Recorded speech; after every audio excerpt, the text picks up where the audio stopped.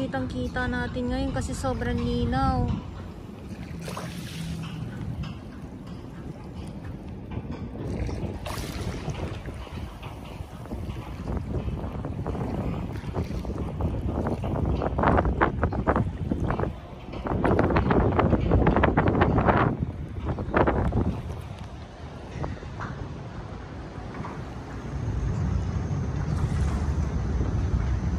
Okay, so ito yung update natin ngayon dito sa Manila Bay Dolomite Sand at ngayon ay January 17, 2024. Maraming salamat po sa inyong lahat at sa mga baguhan. Yes, welcome sa channel ni Miss Jelani Darabal. Sumali niyo po ako ng buong buo. Yun ay hindi galing sa ilong ng Garasuan.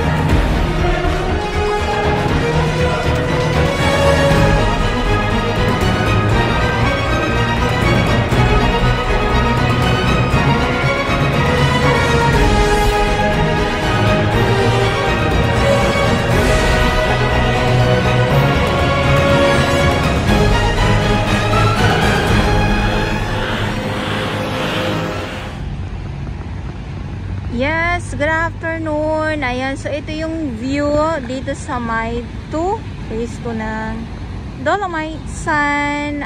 Talaga naman may naligo na po doon sa may unahan. Yung kaninang naglalakad-lakad lang, mga pasimpleng naglalakad-lakad lang, nagsipagligo na itong mga bagets na nandoon ngayon sa may 500 meters itong Dolomite Sand. Good afternoon po, at sa ngayon ito yung ating dagat, ang ating Dolomite Beach po. So hapon na at nagsisimula din po magsipag datingan or dumadami itong mga pumapasyal dito sa Dolomite.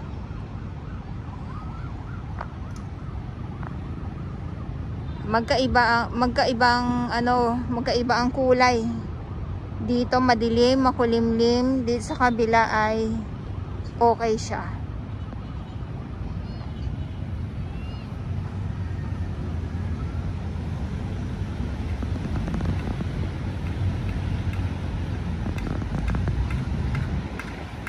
At update ko lang po kayo, no.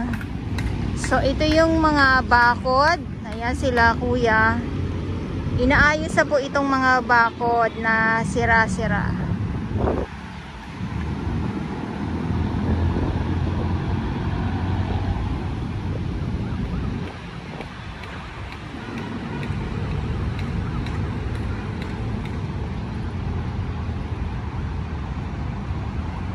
Ayan, so sabi ko nga magkaiba ang kulay niya.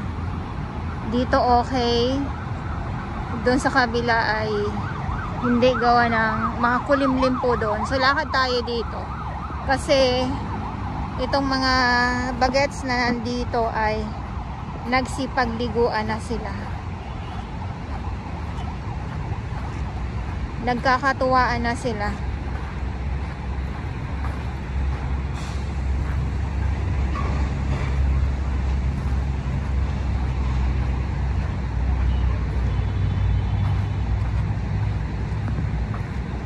Alam nyo, parati kong nababanggit yung pag nandito ka sa dagat po ay alam nyo po yun, yung iba yung pakiramdam mo pag nasa ano yung binibingwit dito pag nasa dagat ka.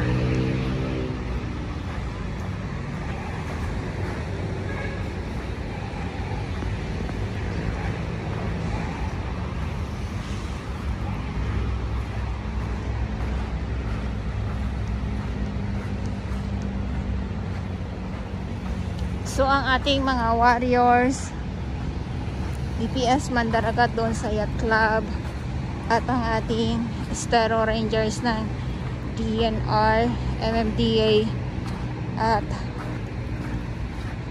sa ating mga volunteers, maraming salamat po sa inyong lahat.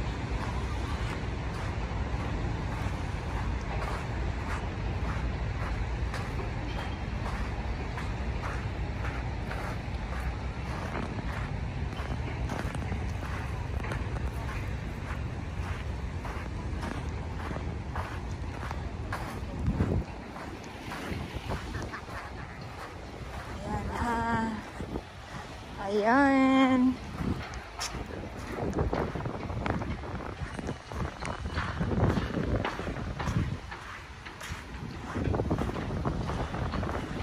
Ito yung mga sako-sako na nakukuha ng ating warriors. At yung mga ibon, nagkakagulo sila ngayon.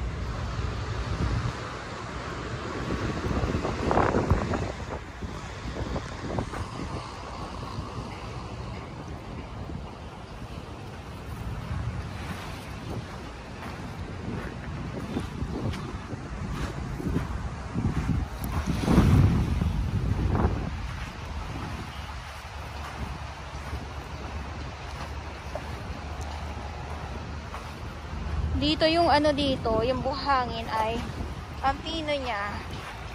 Hindi katulad doon sa wine.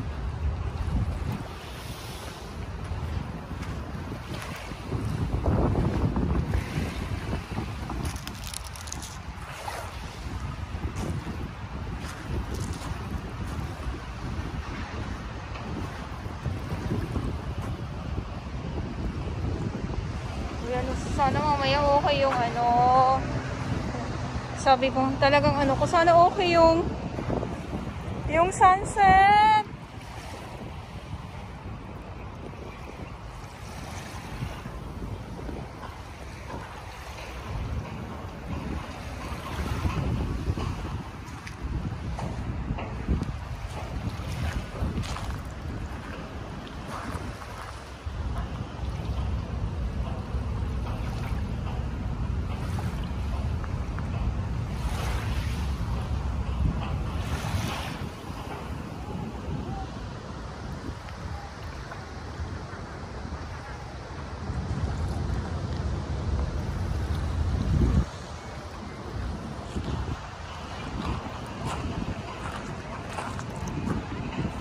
Ang daming durog. Ayun oh.